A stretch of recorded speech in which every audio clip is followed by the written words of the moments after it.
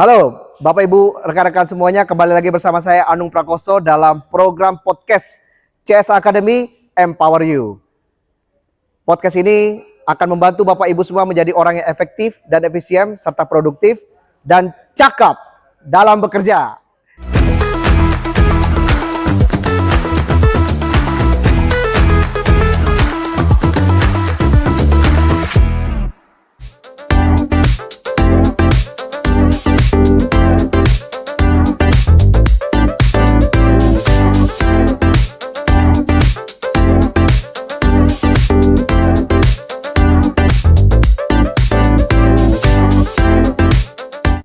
Kali ini kita akan diskusi tentang hal yang menarik dan yang penting sekali dalam bisnis logistik, yaitu bagaimana menghandle resiko. Kenapa kita perlu memahami namanya resiko dan bagaimana kontrol dalam resiko ini? Karena ujung-ujungnya ketika kita menjadi orang yang handal dalam menangani resiko dalam logistik atau tempat kerja kita, ini akan membawa perubahan besar, terutama dalam membangun brand kita, membangun kepercayaan customer terhadap bisnis kita, dan juga yang tak kalah penting, kita terhindar dari namanya kerugian. Dan pastinya bisnis kita akan semakin cuan. Oke, kita akan berbicara dengan narasumber kita, beberapa narasumber kita hari ini. Dan mari ikuti bersama-sama podcast kali ini. Yuk.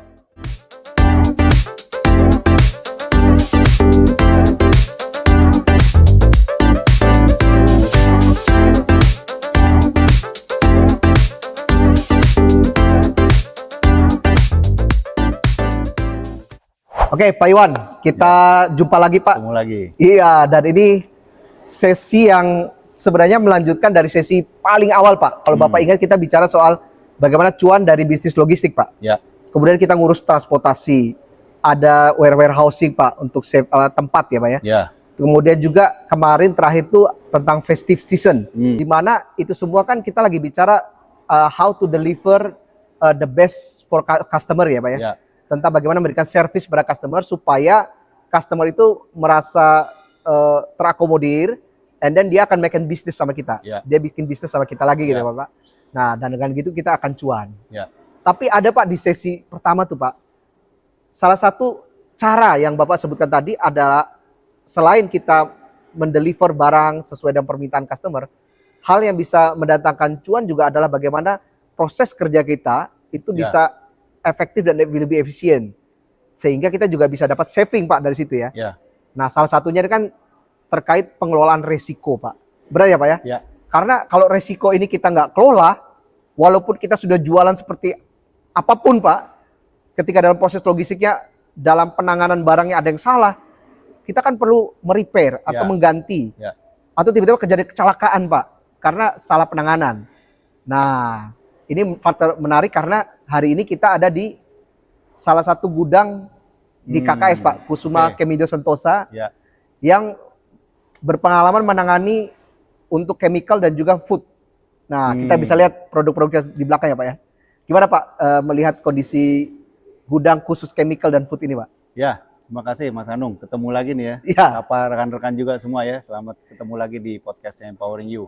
Jadi menarik nih karena kemarin kita udah lihat gudang operations ya di retail showroom gitu kan, produk yang hiasin rumah, terus kemudian juga granit gitu. Sekarang bahan kimia, terus juga ada nyimpen bahan makanan gitu kan. Jadi menarik gitu ya. Ya, Jadi ini ini sesuatu yang baru gitu ya. Jadi kalau kebetulan nih operationnya kan lagi off ya. Jadi kita punya keleluasaan lah untuk bisa interaksi di sini gitu. Dan penataannya lumayan bagus sih kalau menurut saya. Iya, Jauh iya. ini ya.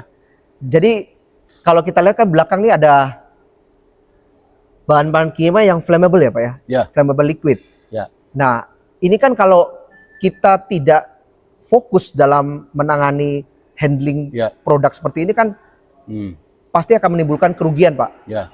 Nah, sebenarnya supaya kita bisa tepat, Pak, pengelolaan proses kerja di dalam logistik dan gudang, Pak, yang efektif dan efisien itu identifikasi resiko itu seperti apa sih, Pak? Oke.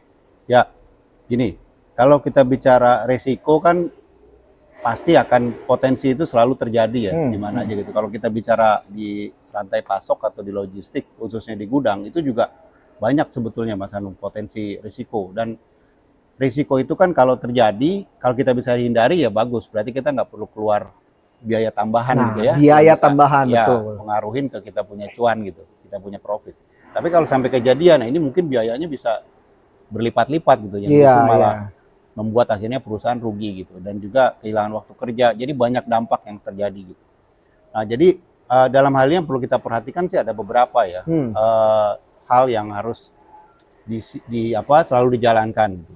Pertama adalah dari risiko itu kan kita identifikasi dulu nih, dari setiap kegiatan yang kita lakukan ya di logistik gudang tuh, identifikasi risiko apa yang kemungkinan akan terjadi.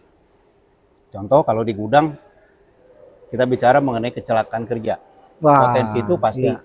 ada kan gitu. Betul. Mungkin ada gitu.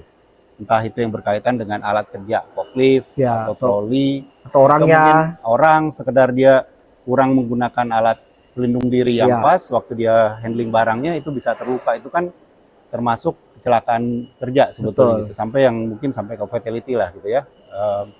Kemudian juga kita lihat identifikasi risiko mengenai kebakaran. Wah, Ya, ini cocok nih Pak, apalagi flammable bahan-bahan gitu flammable kan, ya. bahan ini mudah terbakar. Ya. Bisa juga karena kalau tadi kaitan dengan api, ini berkaitan dengan air. Potensi banjir misalnya. Wah, iya, Ya, betul. Apalagi dari curah bawah, hujan tinggi curah ya. hujan lagi tinggi Betul. nih sekarang gitu. Atau mungkin dari atas, dari atap gitu ya. Kebocoran Pak. Bocor Betul. ya, akhirnya kena produk, kualitas produknya jadi bermasalah. Iya. Kemudian juga berkaitan dengan listrik misalnya. Itu juga bisa mengacu ke kebakaran kan gitu, atau mungkin potensi kesetrum orang gitu. Jadi risiko-risiko ini yang harus dilakukan identifikasi lebih awal Mas Hanum, potensi risiko yang mungkin terjadi gitu. Iya. Di gudang, atau mungkin juga kalau kita berkaitan dengan armada pengiriman juga kita lihat apa potensi risiko yang terjadi selama pengiriman. Misalnya dengan kelayakan mobil ya, kendaraannya gitu. Bisa remnya nggak begitu bagus gitu ya, rem blong misalnya, atau mungkin kondisi bannya yang nggak begitu bagus sehingga kalau waktu di jalan licin tuh susah dikendalikan, atau mungkin perangkat lain, komponen-komponen lain di kendaraan yang memang berpotensi mengakibatkan kecelakaan. Begitu juga terhadap orangnya, pelakunya gitu. Kalau di gudang forklift operator, kalau di di jalan tuh ya, pengemudi berarti supirnya gitu kan, drivernya itu juga pengaruh gitu. Ya. Jadi proses identifikasi ini yang perlu dilakukan gitu. Nah, waktu lakukan identifikasi ini tentunya kita melibatkan semua orang, semua stakeholder gitu. Jadi nggak bisa cuma satu orang, misalnya kepala gudangnya atau kepala logistiknya aja yang melakukan identifikasi. Tapi semua orang yang terlibat, karena mereka yang di sanalah yang sebetulnya yang bekerja sehari-hari itu lebih tahu potensinya gitu. Kayak di gudang misalnya, potensi terjadinya kecelakaan di gudang ya, itu forklift mestinya kan lebih paham. Potensi misalkan apakah produknya itu miring, dia bisa tahu tuh penyusunan produknya itu miring, jadi itu potensi risiko jatuh. Kemudian juga kalau menggunakan gudang yang menggunakan racking, ada potensi barang yang dari atas jatuh kan di level atas gitu. Itu juga orang gudang bisa lihat. Yang di kantor gimana? Ada juga nggak potensinya? Ada pastinya kan. Kita lihat biasanya kalau di kantor-kantor kan di cubicle, di meja-meja itu kan colokan listrik misalnya ya. Kalau nggak terlalu berlebihan gitu, itu kan bisa mengakibatkan koslet listrik. Kemudian juga kalau bisa juga kan selain menggunakan lift ya, atau di bangunan yang bertingkat, kita menggunakan tangga. Ada potensi bahaya jatuh juga kan kalau menggunakan tangga kan. Nah, apakah tangga itu udah disiapkan railingnya, ada petunjuk pengamannya ya, seperti itu. Jadi itu kan identifikasi risiko yang bisa kita lihat. Jadi semua orang yang bekerja dalam lingkungan itu, entah itu di gudang, entah itu di gedung atau di kendaraan, itu harus diajak ya, berkontribusi untuk melihat potensi risikonya ini apa aja gitu, sehingga bisa memberikan masukan kepada tim atau komite untuk bisa melakukan nantinya perbaikan-perbaikan. Nah, setelah itu barulah dilakukan dokumentasinya. Jadi menggunakan satu metode untuk mendokumentasikan semua temuan-temuan mengenai identifikasi potensi risiko gitu ya. Biasanya umumnya kalau saya pakainya dokumen yang kita sebut HIRA RC. Hazard Identification, Risk Assessment, dan Risk Control. Nah, di mana di situ Kita bagi misalkan per wilayah ya, per area. Misalnya di gudang dibagi beberapa tempat. Ada gudang A, gudang B, gudang makanan, ada gudang dengan berpendingin gitu ya. Dari masing-masing tempat itu ada penanggung jawabnya. Oh, oke. Kemudian kita identifikasi di area itu potensi Risikonya apa apa? aja. Oh, dia misalkan gudangnya ambient nih, suhu kamar aja, tapi ada potensi atapnya bocor gitu kan, ada potensi Listrik saluran atau airnya nggak jalan, ya, ada potensi kabel listriknya betul. kena koslet gitu ya, atau penyusunan barang yang nggak rata. Nah, dari identifikasi risiko itu lalu kita nilai, kita assess seberapa sering sih potensi kejadiannya dan dampak dari kejadian itu seberapa besar estimasinya gitu.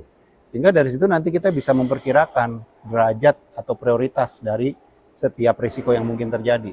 Dan nanti berdampak ke pengambilan keputusan kan untuk apa perbaikan yang kita mau lakukan itu. Nah, jadi itu adalah kira-kira bagaimana kita melakukan identifikasi resikonya. Ya. Terus kira-kira untuk mitigasi resikonya itu bagaimana tuh Pak Iwan? Ya, jadi mitigasi kan kita berusaha untuk melakukan langkah-langkah pencegahan gitu ya, betul. Supaya apa yang kita perkirakan akan terjadi asumsikan resikonya terjadi. Itu bisa kita hindari gitu. Betul. Nah, jadi tentunya yang pertama itu kita harus punya namanya prosedur keselamatan. Jadi di mana kita buat satu prosedur, orang yang bekerja di tempat kita itu harus selamat, harus aman. Jadi dimulai dari pada waktu orang ini atau siapa pekerja itu, karyawan itu masuk ke dalam lingkungan kantor, lingkungan area. Mulai dari pengecekan misalkan dia punya ID gitu ya.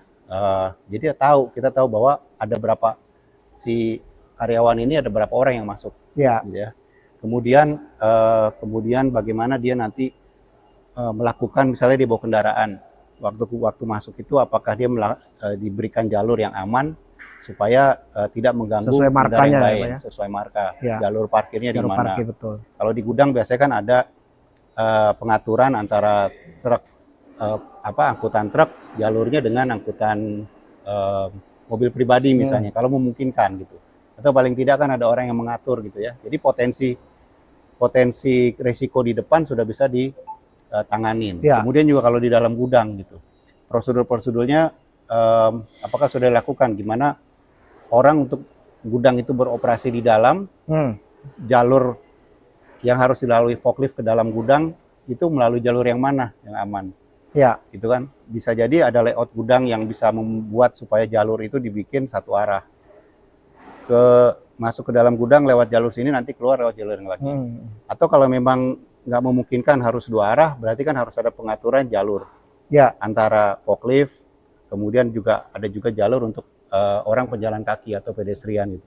Jadi semua kita atur prosedur keselamatannya gitu. Nah, kalau terkait sama handling Pak, untuk handling barang nih Pak terutama Pak ya. Ya. Jadi misalnya gini, kalau bekerja di ketinggian kan, contoh kalau yang menggunakan racking misalnya, racking bisa level berapa gitu? Di atas 6 meter misalnya gitu kan, di mana dia nggak agak susah kan kalau terlalu kerja udah berlama-lama juga melihat ke atas tuh kan lama-lama ada fatigue gitu di lehernya. Sehingga mungkin bisa dibuat supaya aman gimana, supaya lebih selamat. Nah, bisa jadi dengan alat bantu. Kalau yang sekarang kan udah pakai pasang kamera misalnya, kamera monitor, sehingga dia nggak perlu lagi menghadap ke atas. Cukup melihat di layar monitor kamera, gitu ya. Tapi itu kan juga perlu pertimbangan investasi karena harus alat. Tapi secara efektivitas akan lebih baik gitu. Nah, cara yang sederhana juga bagaimana upaya untuk membuat operator ini punya panduan untuk melihat ke atas. Misalnya dulu kalau di racking itu kita buat satu garis gitu ya, penanda bahwa kalau dia mau level masuk ke dalam di level tertentu, dia harus berhenti di garis mana, di titik mana supaya nggak nabrak. Oke. Nah, teknik-teknik itu bisa diadopsi, bisa digunakan gitu untuk membantu supaya operator itu bisa bekerja lebih aman. Gitu. Nah, terus kayak saya melihat Pak, terutama produk-produk kayak flammable liquid itu dia punya satu petunjuk khusus ya Pak untuk penanganan atau petunjuk untuk penanganan sehingga risiko untuk terbakar itu tuh bisa kita hindari ya Pak ya. Nah, itu gimana tuh Pak? Nah, jadi kalau yang ini berkaitan dengan bagaimana kita mengelola barang kan. Jadi pasti barang itu, produk yang kita simpan atau kita handle itu ada yang namanya MSDS, material sheet. gitu ya, data. Hmm. Jadi di situ diberi petunjuk bagaimana cara menyimpan barangnya, oke, menyimpan melakukan handlingnya gitu. Contoh yang flammable ini gitu, itu ada tata caranya bahwa kalau disimpan itu nggak boleh langsung di tempat yang bersentuhan dengan dapat paparan sinar matahari langsung misalnya, ya. Ya, kalau ini kan di dalam gudang tertutup, jadi relatif aman. Terus kemudian juga tentunya nggak berdekatan dengan alat-alat atau mesin-mesin yang menimbulkan api, ya, nyimpennya gitu. Lalu cara handlingnya juga mereka ini kan termasuk produk yang kalau kena tangan tuh bisa membuat iritasi kan. Jadi juga di situ ada keterangan untuk handling ini harus menggunakan sarung tangan khusus gitu untuk bahan kimia perangkat itu. Jadi supaya menghindari kontak terhadap pekerjaannya, juga menghindari potensi tadi risiko terhadap lingkungan gitu. Produk. Nah, itu berkaitan dengan pengelolaan barang. Nah, kalau kita lanjut lagi ke mitigasi, Mas Anung ya, dari pengelolaan barang tadi juga kita lihat mengenai infrastruktur tadi kan, potensi bocornya atap, terus kemudian potensi kebakaran tadi Iya, dari infrastruktur kabel listrik. betul. Nah, berarti juga kita perhatikan kan bagaimana gedung yang kita tangani ini di mana karyawan bekerja itu dilakukan nggak perawatan dan perbaikan Secara infrastrukturnya berkala. secara berkala Iya, gitu. betul. Ya potensi-potensi sehingga potensi-potensi kabel yang tadi potensi kosletnya, saluran air yang mampet yang dari atas gitu ya, dari air hujan dari atas atau mungkin saluran air di bawah, itu bisa langsung diketahui dan langsung dilakukan perbaikan infrastruktur gitu. Nah, atau mungkin juga kalau biasanya nih kita punya gudang kan seringkali nggak cukup ya, sehingga kita harus sewa tempat lain. Gudangnya itu kan bisa jadi kita menggunakan gudang yang kondisinya nggak begitu standar gitu, gudang lama yang mungkin Umurnya Pak, benar. Umur juga umurnya penting tuh. sudah tua gitu ya. Nah itu kan potensinya akan lebih besar, karena kabel-kabel listriknya kan kita harus cek tuh seberapa kuat dia untuk menampung daya gitu ya, potensi kerusakan dan segala macam gitu. Nah, itu juga bagian yang harus kita perhatikan gitu dari sisi infrastruktur. Ya. Nah, kemudian setelah kita lakukan itu juga penting untuk kita menyiapkan tim bahwa pada saat terjadi risiko itu terjadi, kesiapannya gimana? Wah, ini Gitu betul. kan? Jadi kalau pas lagi ada risiko nih, contoh ya, maaf nih, ada potensi ada kebakaran. Kebakaran. Gitu. Nah, si orang karyawan yang kerja di situ tahu nggak apa yang mesti dilakukan gitu? Iya. Ya. Step by stepnya ya Pak. Yes, karena penanganannya karena begitu seperti apa gitu. Begitu kejadian kan harus segera ada yang ambil tindakan gitu. Nah, 1-2 menit itu berharga sekali itu Pak. Berharga. Jadi dia langsung tahu. Nah, ini perlu latihan. Latihan evakuasi di mana penanggung jawab lokasi itu atau siapapun orang yang bekerja di lokasi itu dia tahu kalau ada kebakaran, percikan api, dia harus ambil aparnya di mana, alat pemadam api ringannya di mana. Atau dia harus lakukan apa nih stepnya gitu ya. Ambil apar, dia harus kontak siapa misalnya penanggung jawab di atasnya gitu kan, atau dia panggil buddies-nya atau temennya untuk bisa membantu gitu ya. Nah itu step-step itu kan prosedur yang harus disiapkan dan harus dilatih supaya orang itu waktu ada kejadian nggak panik gitu. Dan sehingga potensi resiko yang terjadi itu bisa diredam secepat mungkin gitu. Minimalkan lah ya Pak. Minimalkan. Dan juga tadi yang kalaupun itu terjadi kan juga lakukan alarm supaya semua orang paham bahwa terjadi emergensi, terjadi sesuatu yang darurat gitu, sehingga harus kumpul di lokasi tertentu, misalnya di meeting point yang sudah ditentukan aman gitu, dan dihitung pada hari itu siapa yang hadir, siapa yang sudah ngumpul, sehingga potensi korban juga bisa diminimalisir. Ya. Nah, bagian dari latihan juga tentu kita pastikan dari sisi akses. Jadi pada saat kejadian, risiko itu terjadi, akses untuk orang yang akan bertindak untuk memadamkan api atau menangani masalah itu juga bisa tersedia. Nah, jangan sampai ntar dia mengambil apar alat pemadam, tapi aksesnya ketutup, ketutup produk misalnya. Produknya, gitu kan. penataan segala macam. Akhirnya dia harus cari ke tempat lain. Akhirnya itu makan waktu lama, sehingga banyak waktu yang terbuang. Risiko makin besar. Lalu juga begitu ada alarm berbunyi, orang yang harusnya segera kumpul di meeting point, nah terutama yang di gedung-gedung bertingkat nih gitu. Nah, betul, ya kan? betul. Nah dia tangganya, dia nggak menyiapkan diri untuk segera turun ke bawah gitu, aksesnya nggak lancar lah gitu ya, sehingga menghambat. Ini juga punya punya potensi besar akhirnya untuk menambah. Ya, jadi awareness, pemahaman, keinginan orang, baik yang tangible atau intangible tuh juga memang harus kita perhatiin ya Betul. Pak dalam mitigasi Betul. resiko di tempat gudang ataupun tempat kerja gitu ya Pak. Ya. Oke. Nah, ini satu hal yang menarik jadi teman-teman, dampak dari resiko ketika terjadi suatu accident, let's say lah, itu dampaknya itu bisa mempengaruhi yang namanya proses kerja ya, dan juga nantinya akan berpengaruh terhadap cuan yang kita dapatkan. Nah, ini yang harus menjadi satu fokus juga ketika kita ada dalam dunia logistik ya, terutama ya. Oke, nah kita akan kembali dengan pertanyaan yang lebih sesi yang lebih dalam lagi tentang bagaimana menangani barang yang beresiko supaya kita punya sistem kerja itu efektif, efisien, cuan kita tetap banyak, tidak berkurang. Oke, baik rekan-rekan semua, tadi kita sudah berdiskusi sebentar ya dengan Pak Iwan tentang bagaimana mengelola resiko, dan dari situ kita tahu bahwa bisnis logistik ini bukan hanya sebagai support aja untuk memenuhi kualitas pengiriman atau memenuhi customer service gitu ya, delivery dan seterusnya, tetapi dari mengelola resiko kita juga memahami bahwa ketika kita punya cara yang tepat, efektif, efisien untuk menangani resiko, itu juga bisa mendatangkan cuan. Dengan apa? Dengan mengurangi resiko itu sendiri. Kalau nggak ada resiko terjadi, maka bisnis bisa lancar, tidak perlu ngeluarin biaya gitu ya. Tapi kalau terjadi resiko, maka itu akan menggerus namanya modal kerja kita. Ya, kita akan lanjut dengan Pak Iwan bagaimana cara mengontrol resiko. Oke Pak Iwan, thank you. Tadi kita sudah sharing. Pak Iwan sudah jelaskan banyak tentang how to identify. Kemudian bagaimana cara mitigasinya. Nah, ini yang nggak kalah penting itu Pak, supaya melengkapi puzzle-nya itu adalah kontrol Pak.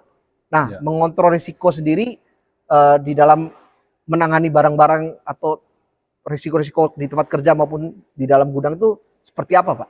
Ya, makasih Mas Anung. Jadi yang pertama dalam kontrol itu adalah kita mesti membuat supaya karyawan yang bekerja di situ terlatih mengenai mindset dan juga perilaku keselamatannya gitu. Jadi dimulai dari setiap hari sejak dia datang dan selama dia ada di tempat kerjanya, itu faktor keselamatannya menjadi sesuatu yang penting. Dia perhatikan tuh. Jadi bagaimana latihan keselamatan itu benar-benar bisa dipahamin. Contohnya misalnya di orang gudang gitu ya, dia melakukan tindakan supaya bisa selamat. Cara dia mengoperasikan alat kerjanya, cara dia bekerja, atau mungkin yang di kantor ya, bekerja dengan alat komputer misalnya, dengan alat listrik, atau juga dengan yang di laboratorium, itu dia paham bagaimana memastikan bahwa keselamatan tempat kerjanya itu penting. Yang kedua juga dia tahu bagaimana cara menggunakan alat-alat keselamatan gitu. Jadi kalau alat pemadam terutama ya yang paling dekat dengan wilayah kerjanya, tahu cara pakainya. Kemudian juga alat-alatnya itu selalu dalam kondisi update gitu ya, tidak ada luarsa segala macam. Tidak ada luarsa gitu kan. Terus kemudian juga pada waktu evakuasi dia tahu bagaimana rutenya ya, jalurnya. Ada alarm bunyi itu bukan alarm palsu. Rute emergensi daruratnya itu harus lari kemana, ngumpulnya di mana, proses absen atau kehadiran dari setelah dikumpulkan itu bagaimana. Jadi semua tim itu bisa benar-benar terlatih dan siap gitu pada saat terjadi risiko itu terjadi. Dan yang berikutnya adalah memastikan bahwa semua orang yang kerja di gudang itu atau di logistik itu menggunakan APD, alat pelindung diri yang memang disiapkan gitu untuk masing-masing ya. Contoh kalau yang kerjanya di bagian laboratorium misalnya di bahan kimia kayak gini kan dia harus menggunakan masker karena pasti ada paparan uap dari bahan kimianya gitu. Dia harus menggunakan sarung tangan atau juga menggunakan safety shoes ya karena berkaitan dengan produk gitu ya. Nah, kemudian juga dari sisi manajemennya gimana? Ya kita siapkan bahwa seperti tadi di produk bahan kimia kan ada paparan uap. Berarti kan menyiapkan juga supaya punya satu membuat aliran udara di dalam ruangan itu menjadi berputar gitu. Jadi nggak bahaya paparan udara yang negatif tadi yang bau-bau itu bisa keluar. Jadi nggak terlalu banyak mengkontaminasi ke karyawan gitu contohnya. Nah, Yang berikutnya juga setelah kita siapkan itu, kita lakukan yang namanya inspektasi rutin gitu terhadap fasilitas ya di gedungnya, sehingga kemudian saluran-saluran airnya, alat-alat AC misalnya ya, listrik, kemudian juga alat-alat operator, MHE operator misalnya ya. Ya. Nah, jadi supaya pada waktu setiap saat alat-alat itu berjalan dengan baik dan setiap potensi kerusakannya bisa segera diketahui gitu ya. Kemudian juga berkaitan dengan evaluasi resikonya. Jadi di awal kan kita buat tadi identifikasi resiko. Ya. Ada kecenderungan kejadian di gudang ini seberapa sering, seberapa tinggi gitu ya frekuensinya Pak ya, frekuensinya. Nah, setiap saat itu evaluasi itu tetap dilakukan gitu. Apakah kecenderungan tadi sudah mulai berkurang karena kita banyak lakukan mitigasi action untuk mengurangi potensi tadi gitu. Atau mungkin ada yang masih belum bisa dilakukan gitu. Tentunya dengan pertimbangan budget dari masing-masing perusahaan gitu ya untuk melakukan itu. Nah, saya pikir itu yang perlu dilakukan. Nah, ini yang karena kan bagaimanapun kita nggak pernah tahu resiko itu kapan terjadi ya. Kapan terjadinya itu Pak? Jadi justru upaya kita adalah bagaimana memastikan supaya resiko itu bisa diminimalisir atau bisa dihindari sedini mungkin. Oke, Pak Iwan, dari best practice Pak Iwan nih Pak, pernah nggak Pak Iwan mengalami situasi yang benar-benar kita nggak pernah prediksi itu akan terjadi gitu ya Pak? Situasi yang benar-benar memang sampai sejauh ini belum pernah ada penanganan itu Pak. Pernah nggak Bapak pernah mengalami situasi seperti itu Pak? Pernah. Nah, jadi di beberapa tahun lalu itu ada di kita punya operations ya, satu di distribution center. Kita punya simpan ruang IT itu server ya, itu di lantai 2 gedung gitu ya, di gedung. Nah, itu biasanya kalau di IT kan karena server kita bikin ruang pendingin, terus kemudian jalurnya dibikin supaya kelihatan sama semua orang lah gitu, bahwa ini tempatnya IT kan vital ya, semua data ada di situ gitu. Jadi berpendingin cukup, kemudian ada kontrol yang cukup gitu ya, sehingga kalau ada potensi risiko itu bisa ketahuan. Nah, tapi tetap aja ada kejadian waktu itu di mana di satu malam ya ada masalah korslet di atap. Nah, ini begitu kita cari akar masalahnya karena ada hujan, terus kemudian juga bangunannya belum terlalu lama, baru sekitar 5-6 tahun gitu. Tapi ternyata sudah berdampak ke salah satu di kabel listrik di jaringan, di plafon gitu ya. Nah, itu menyebabkan korslet. Nah, korsletnya itu merambat sehingga membakar sebagian plafon. Itu kita nggak tahu karena kejadiannya malam hari. Cuma bagusnya adalah karena waktu itu sudah terbiasa dilakukan pengecekan rutin, identifikasi risiko, sehingga dampaknya bisa kita tekan gitu. Jadi kebakaran ya itu menyebabkan kerusakan di plafon, ada kerugian material. Tapi dengan kesigapan dari tim yang waktu itu bergerak, dia tahu ada titik api gitu ya, langsung bergerak untuk memadamkan api segera dengan apar yang memang khusus untuk alat listrik ya, sehingga potensi resikonya bisa langsung diminimalkan, langsung dimatikan saat itu gitu. Gitu. Jadi dari situ kan kita bisa belajar ya bahwa dengan kita sudah melakukan aktivitas kontrol mitigasi yang rutin aja, potensi itu masih bisa terjadi gitu. Bagaimana kalau misalkan nggak dilakukan sama sekali gitu? Itu bisa lebih fatal. Ya, berarti kebayang ya Pak, kalau misalkan itu tidak pernah dilatih, bahkan tidak ada kayak apar pun khusus listrik gitu ya, misalkan itu kalau nggak ada, ya bisa kebayang ya, berarti tempat usaha kita akan habis mungkin sama api, dan itu akan membuat ya kita akan starting lagi gitu kan, memulai dari itu sesuatu yang waduh, apalagi ada data, ada mungkin kita punya administrasi, itu pasti akan terganggu sekali Pak ya. Ya makanya saya jadi setuju sih bahwa mengelola risiko terutama dalam baik itu di office ataupun di logistik itu menjadi satu concern yang sangat penting sekali juga ya Pak ya.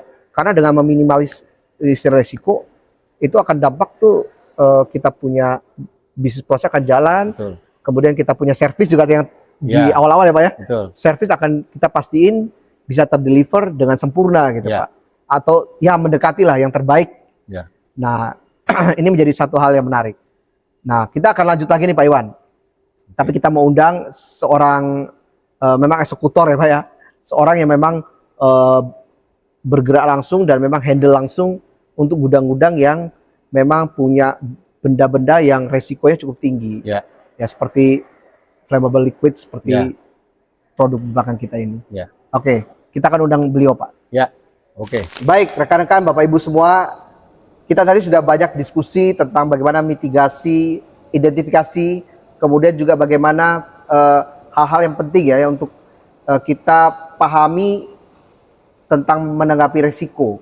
Nah, telah hadir bersama kita, ini beliau adalah seorang yang memang sudah berpengalaman lah, 35 tahun lebih ya menghandle gudang dengan barang-barang yang chemical ya, yang ada yang flammable, ada yang perlu penanganan yang cukup ekstra. Nah, telah di tengah kita ada Pak Groswin. Halo Pak Groswin. Ya, halo Apa Pak kabar? Nong. Baik. Ya. Tetap semangat ya Pak ya. Harus semangat dong. Wah, Terus. iya. Dan kita mau diskusi nih Pak. Kan Bapak ini sudah 35 tahun benar Pak ya? Kurang lebih. Ya, menghandle untuk gudang dan terutama untuk alat bahan-bahan chemical seperti ini ya Pak ya. Ya. Nah, ini satu hal yang tadi Pak Iwan sampaikan juga Pak tentang kesigapan dari tim ataupun sistem yang menjaga supaya risiko itu tidak sampai minimalin ya. Kita minimalisir resikonya. Nah, sehingga bisnis kita cuan, untung Siap. gitu ya Pak ya. Ya. Nah, kalau Bapak sendiri kira-kira kalau istilah tanggap daruratnya buat Bapak di tempat ini seperti apa aja Pak? Persiapannya, pencegahannya. Oke. Karena kita bergerak di bidang chemical, yang kita harus waspadai adalah bahaya kebakaran. Nah, kita masing-masing gudang kita ada 4. Masing-masing gudang kita tuh ada apar ya. Apar yang jenisnya mungkin yang untuk listrik, untuk bahan kimia itu berbeda. Oh, beda Pak itu ya? Beda-beda. Jadi kita mencoba membangun masing-masing kita punya gudang A, B, C, D ini adalah ada orang masing-masing bertanggung jawab. Oh, berarti ada tim Dibagi khusus ya. Ya, tim bagi Pak. yang Ya. PIC yang bertanggung jawab terhadap gudang-gudang ini Pak ya? Betul, betul. Sehingga mereka punya kewajiban harus tahu apar ini taruh di mana. Posisinya. Masanya juga kan apar kan ada masa waktunya yang dipakai kan, ada mungkin setengah tahun atau 1 tahun kurang lebih. Oke. Ya. Karena ada berkaitan sama tekanannya ya. Betul Pak. Jadi harus harus monitor. Ya. Jadi mereka tahulah bagaimana antisipasi sehingga kalau ada kejadian apapun tepat tanggapnya. Gitu Pak. Iya, berarti dengan tim pun kita harus punya tim khusus ya Pak. Setiap itu yang bertanggung jawab gitu ya. Iya. Terus mengenai alat secara berkala juga harus dilihat Pak ya, dikontrol ya Pak. Betul. Supaya Nah. jangan sampai kelewat ya. Ada waktunya kita harus refill ulang. Jadi kita harus kerjasama dengan bagian pemadam. Oh, begitu, Pak. berarti Bapak juga sudah punya ada kontak darurat juga Pak ya? dengan Ada. pemadam? Jadi kita ada kontak darurat dengan pemadam. Jadi kita kerjasama sudah cukup lama dan selalu ada hubungan lah, ada WA-WA-an lah kalau kita zaman sekarang ya. Iya. Bapak. Iya, baik. Berarti dengan Bapak punya tim khusus, alat khusus, ada perawatan berkala. Yang tadi terakhir ada kontak darurat ya Pak ya? Betul. Iya. Nah Pak, Bapak punya pengalaman nggak Pak nih? Bapak udah nyiapin semuanya, tapi pernah nggak ada satu accident khusus, terus waktu itu penanganannya bagaimana Bapak lihat? Pernah ada kejadian khusus nggak Pak? Kalau kejadian kudus pernah ya di gudang ini. Dulu memang ada kontak itu orang umum bilang bahwa itu listrik. Sehingga ada hubungan arus pendek. Ya. Itu kejadiannya tuh di luar jam kerja. Oh. Sehingga apa yang kita lakukan ketika sudah ini mencoba, kalau itu sudah api besar ya nggak bisa. Harus api kecil itu yang baru Sesegera bisa kita segera mungkin kita tanggepin. Nah, dengan cara begitu bahwa kita punya gudang, satu gudang kita seluruh gudang itu tidak ada aliran listrik, nggak ada lampu. Itu cara antisipasi. Yang kedua, ada yang misalkan harus memakai lampu punya listrik, ada AC, kita main durasi. Jadi AC itu tidak berjalan 24 jam, ada timernya. Oke, bergantian gitu. Bergantian, Pak ya? sehingga kita untuk mengantisipasi ya. Oke. Gitu loh. Oke. Baik. Itu yang kita lakukan, Pak. Ya, jadi langsung segera belajar dari resiko-resiko tadi, Bapak lakukan pencegahan antisipasi. Betul. Nah, yang nggak kalah penting adalah improvement, Pak. Betul. Nah, mengenai improvement itu sendiri di gudang tempat yang Bapak kelola, Bapak handle ini. Nah, kira-kira apa aja Pak improvement yang Bapak bisa cerita nih ke kita nih, supaya itu juga mungkin bermanfaat ya Pak Iwan ya, Ya, bisa buat para ya, pelaku bisnis yang lain juga. Ya kurang lebih kita satu ya, karena kita jual barang kimia ini kan ada masa expirednya juga. Kita harus menjaga suhu. Ya kan gudang itu kita juga ada bikin penyedot gudang. Udara. Namanya penyedot udara itu namanya. Ya, untuk sirkulasi udara. Sirkulasi udara. Yang kedua, ya kita di gudang kita kan ada lab. Kita bikin sirkulasi udara itu senyaman mungkin sehingga itu benar-benar tidak bau, menimbulkan bau atau hal yang lain efeknya. Dengan cara kita membuat satu cerobong, kita sedot ada 4 cerobong yang kita sedot keluarnya lewat atap. Sehingga lingkungan kerja itu nyaman. Oke. Gitu Pak. Jadi tujuannya supaya uap dari bahan kimia ini nggak memapar orang yang kerja di sana. Ya betul, tidak memapar ke kesehatan. Iya, karena betul. memang bau itu juga kalau kita terpapar bisa berpengaruh pada kesehatan paru-paru gitu. Betul, ya, jangka panjang tuh bisa ke paru-paru. Jadi Ya, sehingga kita tuh harus ya memperhatikan orang-orang yang bekerja. Ya, safety-nya. Safety-nya segala macam kita harus perlukan itu Pak. Iya. Oke. Oke, baik. Pak Groswin, terakhir nih Pak Groswin. Siap. Pak Groswin kalau melihat ya Pak, kalau misalkan kita tidak melakukan pencegahan Pak, nah dampak kepada bisnis itu apa Pak? Kalau dari kacamata Bapak? Nah kalau kita tidak ada pencegahan yang sifatnya harus kita lakukan, dampaknya bisnis ke depan adalah tentunya barang-barang tersebut tuh lebih cepat pembeku. Karena itu sifatnya kita ada yang cair. Ya kan? Kenapa? Karena hawa itu pengaruh. Ya kan? Nah, itu yang pertama. Kedua, ya bisa barang-barang yang kita sampaikan ke customer itu akhirnya bisa dapat komplainan. Kita harus menjaga di situ. Nama baik gitu. Iya dong, kita harus jaga semuanya lah sehingga barang nyampe di customer itu bisa dianggap bahwa terbaik. barang itu yang baik, kualitas yang baik. Oh. Itu kita jaga. Ya, ya. Jadi pengaruh ke nama baik, pengaruh kepuasan konsumen, Betul. pengaruh nanti juga akhirnya ke cuan kita Pak ya. Iya, ujung-ujung kan di situ kan. Dia nggak mau order lagi kan? Nah, kalau nggak order lagi, wah repot. Iya. Kita siapa yang mau gaji nanti? Iya. Gitu Pak. Oke. Baik, thank you Pak Groswin tadi Ya, sama-sama. insight yang cukup luar biasa. Jadi supaya teman-teman juga, Bapak Ibu semua rekan-rekan, tadi Pak Iwan sudah sampaikan tentang bagaimana konsepnya mengenai resiko. Kemudian tadi Pak Groswin dari sisi implementasi ya, bahwa kalau kita tidak mencegah resiko, ujung-ujungnya nanti adalah akan menghit kita punya keuntungan, revenue, ya, atau bottom line kita gitu ya, let's say lah kayak seperti itu. Dan yang efek jangka panjangnya kepercayaan dari konsumen kita itu mungkin akan berkurang bahkan hilang, dan itu udah pasti impactnya ke nama baik. Nah, jadi teman-teman, rekan-rekan semua, Bapak Ibu yang hari ini menonton podcast kita kali ini, resiko itu harus kita analisa, kemudian resiko harus kita mitigasi, kemudian harus dilakukan kontrol, dan secara berkala tadi seperti Pak Groswin bilang, resiko itu harus benar-benar kita minimalisir sebisa mungkin supaya impactnya tidak berdampak lebih jauh ke dalam bisnis kita. Oke, thank you buat Pak Iwan, thank you Pak Groswin Ya, sama-sama. sudah hadir di podcast kita kali ini, dan teman-teman, yuk tunggu terus edisi podcast berikutnya karena kita akan lebih banyak lagi akan sharing diskusi tentang bagaimana cuan dari logistik dan juga bagaimana mempunyai logistik yang the best. Supaya apa? Supaya kita bisa memberikan hal yang terbaik juga bagi konsumen kita. Thank you buat semuanya. Sampai ketemu di podcast berikutnya. Pengelolaan risiko adalah proses berkelanjutan dan tentunya melibatkan semua pihak yang bekerja ataupun berada dalam operasional logistik, khususnya dalam pergudangan. Dengan menerapkan hal-hal yang kita diskusikan tadi, mulai dari mengidentifikasi risiko, mitigasi, dan juga kontrol terhadap risiko, serta pemahaman dari semua tim mengenai penanganan situasi yang darurat atau emergensi, diharapkan bisa menekan potensi kerugian yang muncul dan meningkatkan potensi pendapatan ataupun profit dari perusahaan kita semua. Oke, baik Bapak Ibu rekan-rekan semua, demikianlah tadi podcast kita bersama narasumber kita yang pastinya punya informasi-informasi yang terus akan memberikan insight buat kita semua. Dan kita sudah belajar tentang bagaimana menghandle risiko di dalam logistik ataupun tempat kerja.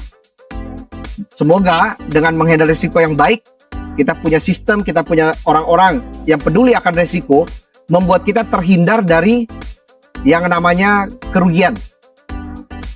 Dan pastinya akan menambah kepercayaan customer kita, akan menambah nama baik dari bisnis kita, dan tentunya yang akhirnya adalah kita akan cuan dalam bisnis kita. Thank you, sampai ketemu di podcast kita selanjutnya. Bye.